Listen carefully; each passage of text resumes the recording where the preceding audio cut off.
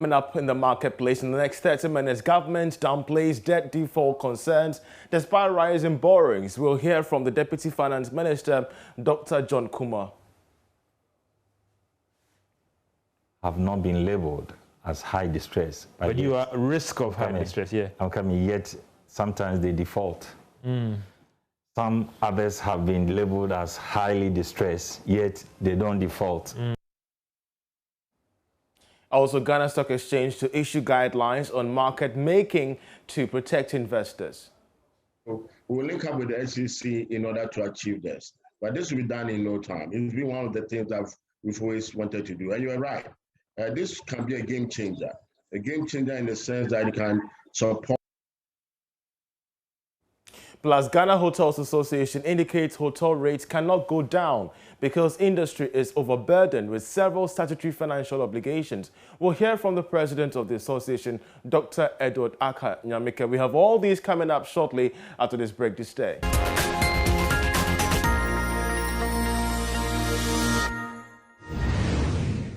You're welcome back to the program. To our first story, government is downplaying fears that the country will soon default on its debt obligations due to rising borrowers. The World Bank recently warned that Ghana's debt situation is worsening due to rising commercial borrowers.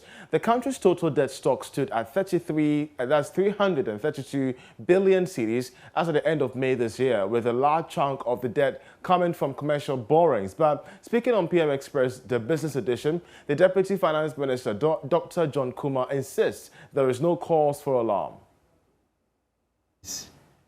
Have not been labeled as high distress. But you are at risk of high distress, yeah. I'm coming, yet sometimes they default. Some others have been labeled as highly distressed, yet they don't default. You get it? So it's not about the labeling. It's about building your capacity to be able to meet your debt obligations. You want to get there? If you don't matter about the label, it has implications on your borrowing from the credit rating agencies and all the rest. I believe that you don't want us to get there in that having that attack. Well, you see, the fact of the matter is that in this particular COVID era, I'm sure the description they are giving to Ghana will be given to so many other countries. Because every country at the moment is borrowing to shore up their economy. And the focus now in any country is not about how much debt you're accumulating. It's about how are you protecting your people, how are you ensuring that they are surviving. And we in Ghana, we've been lucky. Apart from the fact that the debt levels are rising, like His Excellency the Vice President said, there has been high levels of prudent management of the economy. So all the indicators that show that your debts are going up and the reasonable consequences of having high debt, we have avoided that situation in Ghana. For instance, we are seeing growth, especially in the first quarter. Inflation too has been in single digit. We have also seen a very stable exchange rate with the currency. And then we have high import cover for the country. Over 5 months is one of the highest in our history. Okay, we have about $11 billion sitting in our import reserve. So all these are indications that despite the COVID and the difficult global environment that we find ourselves, Ghana has done well when you look at the critical indicators that show that the economy is being managed properly.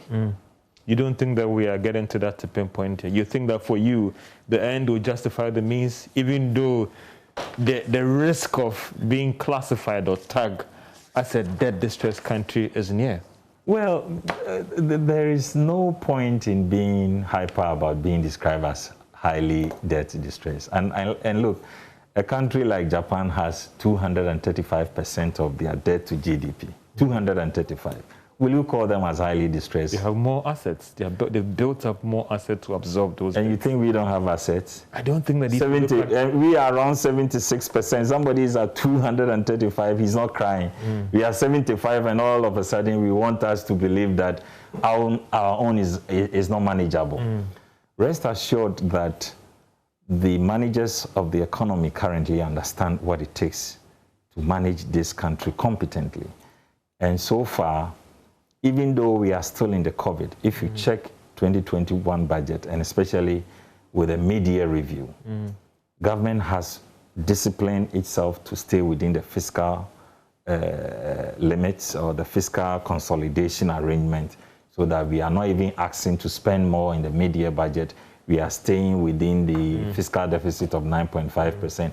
All these are strong indications that despite the difficulties, government is determined to stay disciplined so that we'll be able to control and avoid the excesses that may come from the debt distress situation that we are talking about. John Commander interacting with George Riafi. Away from that, management of the Ghana Stock Exchange will be developing guidelines for market making by brokerage firms and investors on the Bourse. Now, this is part of plans to protect investors on the market. The managing director of the Ghana Stock Exchange, Equafed, disclosed this during a virtual launch of the Trade Live. That's a digital platform for trading. We have more in this report. Trade Live is a new innovative electronic platform that has been developed by IC Securities for their customers. This is a collaborative effort by the Ghana Stock Exchange, IC Securities and MTN Ghana to help investors access the exchange in the comfort of their homes and offices. Speaking during a virtual program to launch the platform, Managing Director of the Ghana Stock Exchange, Equafed, noted that as an exchange, management is developing guidelines together with the Securities and Exchange Commission to protect firms that to be involved in trading on the market. It's true. As an exchange, we're going to be developing guidelines for market making. It's important that we have guidelines in order to protect investors. And it's not every broker who can qualify to become a market maker. And at the same time, SEC recently also came out with some other requirements that you need to have in order to do other things. Apart from the normal brokerage. So we'll link up with the SEC in order to achieve this. But this will be done in no time. It's been one of the things that we've always wanted to do. And you're right. This can be a game changer in the sense that it can support and provide liquidity on the market, especially on the sell side where most people want to sell and they don't get buyers. In a solidarity message, Acting Chief Finance Officer of MTN Ghana, Kobna Benti Enchil, hinted that the network provider will be developing more of such platforms to help boost liquidity on the market through technology. Consequently, Trade Live will bring the capital market literally to the fingertips of the average Ghanaian who uses any mobile device. I must add that this is only the beginning as we roll out our Ambition 2025 strategy to transform MTN into a major platform player and operator of choice. There will therefore be future development of the Trade Live platform to include all major payment options, especially bank cards and other mobile money platforms. This achievement will go a long way to help drive the digital agenda of Ghana and expand the electronic money and payments ecosystem, resulting in improved benefits for all stakeholders. IC Securities is hopeful of using the new platform to encourage new investors onto the market. And we'll see how that goes. Away from that, coordinator of Ghana Startup Build Technical Working Committee, Sharif Ghali, has said startups need to support mechanism to cushion them till they start to make profit. A 2018 survey conducted by Venture Capital for Africa reveals that 40% of startups in Ghana do not make profit. Mahmoud Nouruddin has more in this report. Profit at all. So basically what happened is that they are just running the business and nothing, they are not raking in anything. And just a little bit of 9% of them make like 10K, that's in dollars. So this tells you that in as much as every single day, the Ghanaian economy is having startups, businesses coming up, but a lot of them do not even make any profit at all or revenue. So this is calling for you and I to really put our heads together and come up with a very good startup bill that will support this startup, given that if they don't make profit, how do they survive? That means they need a support mechanism that will cushion them till they start making profit. So I just brought this so that we can all have a clear understanding of what is happening. Presenting a scenario of Ghana's startup ecosystem, Mr. Ghali advocated proactive measures to improve on the situation. According to him, it is high time Ghana set up tailored interventions to meet the structural needs of startups and startup ecosystem.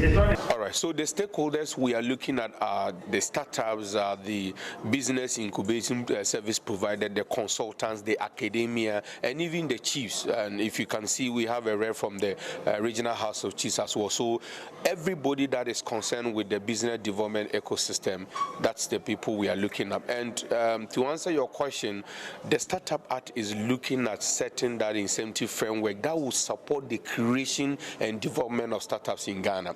He says this will provide a business environment conducive for entrepreneurship. How can Ghanaian businesses that are starting get that legal support to be able to scale up and create jobs and wealth for Ghanaians? That's basically the idea of the Startup Act. Yes, we are hoping to finish this by September so we can pass it to the Ministry of Communication and Digitization. Communication and Digitization, so they can also take it to the Parliament, and Parliament to read it and consider passing it. So by September, the technical working committee work should be done. Stakeholders at the workshop discussed the Ghana Startup Bill, which will provide legal support for the introduction and promotion of startups for jobs and wealth when passed. Business Development Advisor at SMV Green Project, Frederick Akwa, is optimistic the bill, when passed into law, would assist startup entities to grow to create employment for the people. It is unique in many senses. And of course, it's going to guide startups in general, but we also want to consider secular businesses. We also want to consider green businesses. Green businesses in the sense that, look, we have one Ghana, we have one world, we have one earth. If the environment is polluted and we can no longer be staying in Ghana, we can no longer be staying on earth, then where do we go? Where do we do our business? How do we do our business? And so we may have a lot of acts, a lot of bills that have been passed in the past guiding the way businesses should do their business. But this particular act is also going to include the secular component, where we want to help and guide businesses to do business sustainably, to make sure that they are friendly to the environment. A report by Mohammed Nuruddin. Now, the GIZ, in collaboration with DHL Group, has organized a 3-day training session for some selected small and medium-skilled enterprises on how they can incorporate e-commerce in their businesses to take advantage of the Continental Free Trade Agreement. The program, dubbed Pan-African E-Commerce Initiative, focuses on online branding, digital marketing, customer service, compliance, cross-border trade, among others. 72 SMEs applied for the 3-day certification event, but only 20 were shortlisted. Here's more. The advent of the COVID-19 pandemic has made digital trade unavoidable. The African Continental Free Trade Area, AfTA, offers an opportunity for Africa to develop e-commerce. However, the key challenge is how to develop digital solutions for African businesses and consumers. That is why GIZ partnered with DHL to train 20 people in using e-commerce for trading. Brian Jansi Jidapo is Technical Advisor for Digital Transformation Center at GIZ Ghana.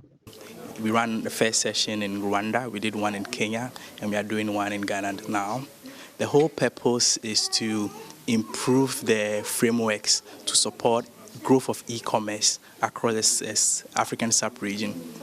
And by that we mean, first of all, supporting governments to work on e-commerce policies and strategies. On the other end, we are also supporting SMEs directly by building their capacity so that they can take advantage of the growing markets that AfTA presents. Managing Director of DHL Ghana, Morgan Oluko, said the objectives of GIZ align with his outfit, hence the partnership. GIZ is a German agency, largely empowered to develop internationally train people. It's likely to do with development of SMEs and the empowerment of entrepreneurs, particularly SME startups. For us, Go Trade is one of our sustainability program. Consultant for digital training at GIZ, Malfemo Ashong, took the participants through online branding, digital marketing, customer service, logistics, compliance, and cross-border trade. I took the participant through how to go online and then sell, because we realized that a lot of SMEs are selling online, but they are not really taking advantage of all the activities that happen online that can make them sell. So we took them through digital payments. That is one key factor of e-commerce. And since you are going online, you have to be able to satisfy everybody, because once it's online, it's not only Ghanaians that are going to buy. So how do you take your money from someone who is in Nigeria, someone who is in South Africa, or even the US? Because your products are going to be online, we took them through their trust, how they should trust digital platform, payment platforms, and then take advantage of them, because that is what will drive them to go global. Some of the participants shared the experiences and told Joy Business the expectations of GIZ and DHL. I'm Beatrice Ducamensa and I'm representing Lamshare. The key thing is representing the brand, the image representation of the products on your website and your social media handles are also important. My name is Frederick Sogbe. I'm the CEO of Zane Organic Cosmetics Industry. We are into tomato soup production. All we expect is more of a partnership to help build our capacity and make us more visible. You're still watching The Marketplace. A graduate of social work turned fashion designer is using her enterprise to empower females from Zongo communities in Kumasi. Abdul Karim Nuhu, a graduate of the Kwame Nkrumah University of Science and Technology, believes that empowering women with employable vocational skills is relevant in reducing poverty. Nana Yaojima visited Zema Best Crates in Sewaba and tells the story of this young woman. Here's more. 19-year-old Kohafa Tunuhu dropped out of school at class 6 to sell locally prepared soya bean products. The fear of repeating a class for the third time in primary school influenced her decision.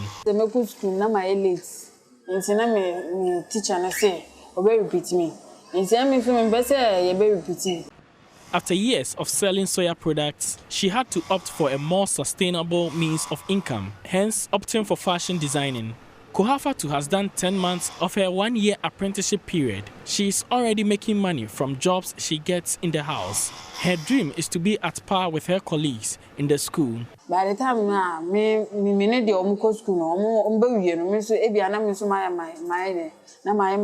my master. Vivian Oseifosu is one of the females who dropped out of school. Unlike Kohafatu, she was able to make it to the senior high school, but had to drop out to take care of her ill mother.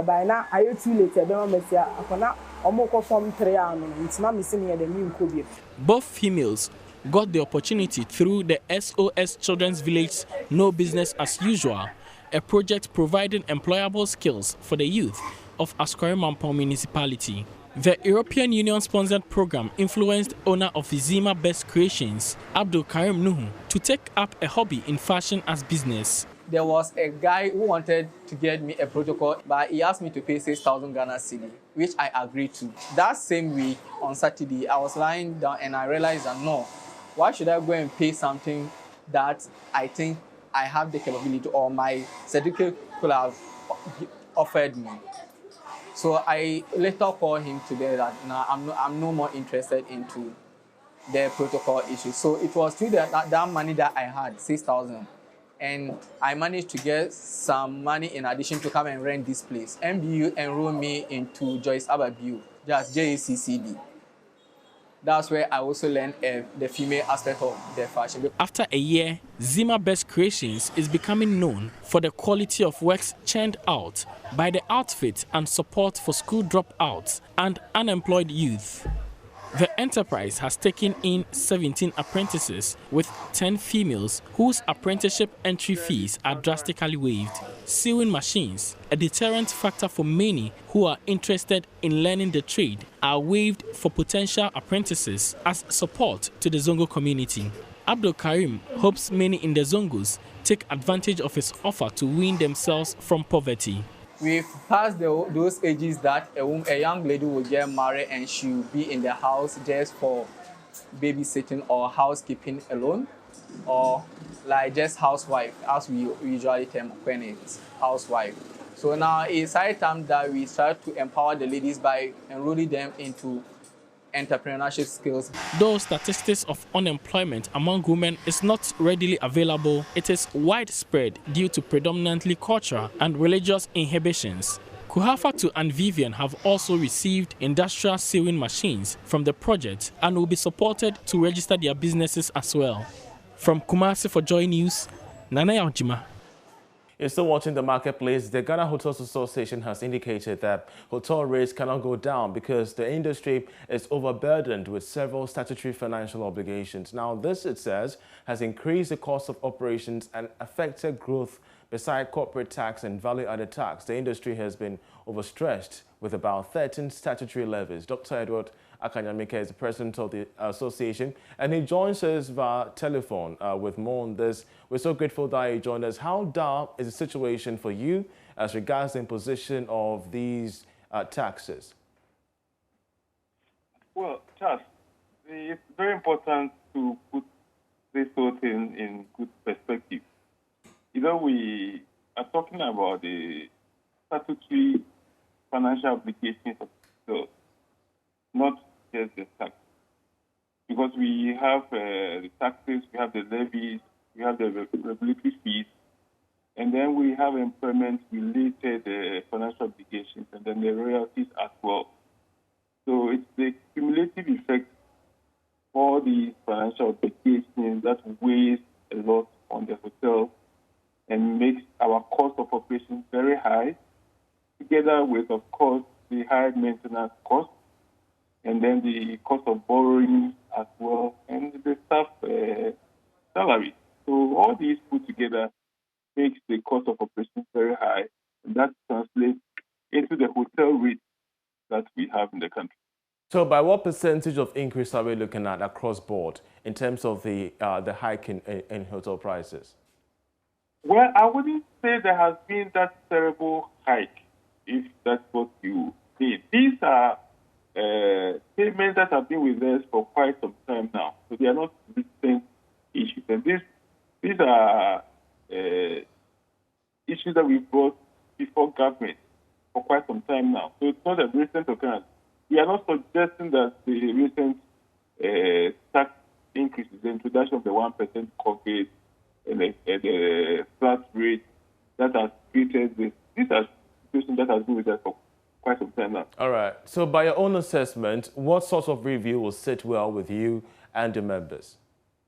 Well, basically, to look at all these aspects of our financial obligations and see what we can do about it. First of all, you know, the corporate tax across board is 25%. They reduced to 22% for the hotel industry. People who are lower than that. And then we also talk about the regulatory fees. You see, all the regulatory bodies charge their fees for the services they provide to us. All right. We've been talking about synchronizing these fees. And when we do that, probably there'll be some savings in there for us as well. And of course, you see, the issue about the value-added tax, we've been talking about this for quite some time now. The value-added tax is an additional cost on the rate that we charge. So if we reduce it, it will mean that then the rate will be a bit lower for the customer as well. So we agree totally with the minister when he said that government and the industry must sit down together to look at the various cost components of hotel operations. And together, I believe that we can come to some point that will be, quote unquote, affordable to everybody. Well, a related development that may interest you, the Ghana Enterprise Agency, formerly the NBSSI, is implementing the deadly COVID-19 response grant program as part of the World Bank-funded Ghana Economic Transformation Project and the Ghana Tourism Development Project. Has that come to your attention? Oh, yes, yes. And we were very happy about it because of the challenges we had with the first disbursement. We are aware that with this one, there's some specific amount targeted at the industry. Yesterday, 2 days ago was the end of the online application process for the hotels who are interested in it. So I want to believe that a number of the hotels have applied for it, and we also want to believe that the disbursement will be done very quickly so that it will bring some relief to the hotels. We're so grateful that you joined us. Dr. Akanyamike, President of the Ghana Hotels Association. They're helping us understand the stark challenges that they have been faced with, the hotels industry, despite the easing of restrictions and matters regarding the inflow of tourists across board. They're still having challenges, issues with statutory obligations and matters regarding taxation and even the cost of production, which is really having an impact on their turnovers. We shall be keeping a close eye on this industry, especially when it contributes so much to Ghana's tourism sector. But on the whole, that's how we end this edition of The Marketplace. For more news, do log on to myjoyonline.com. I'm Charles Aite. Many thanks for watching.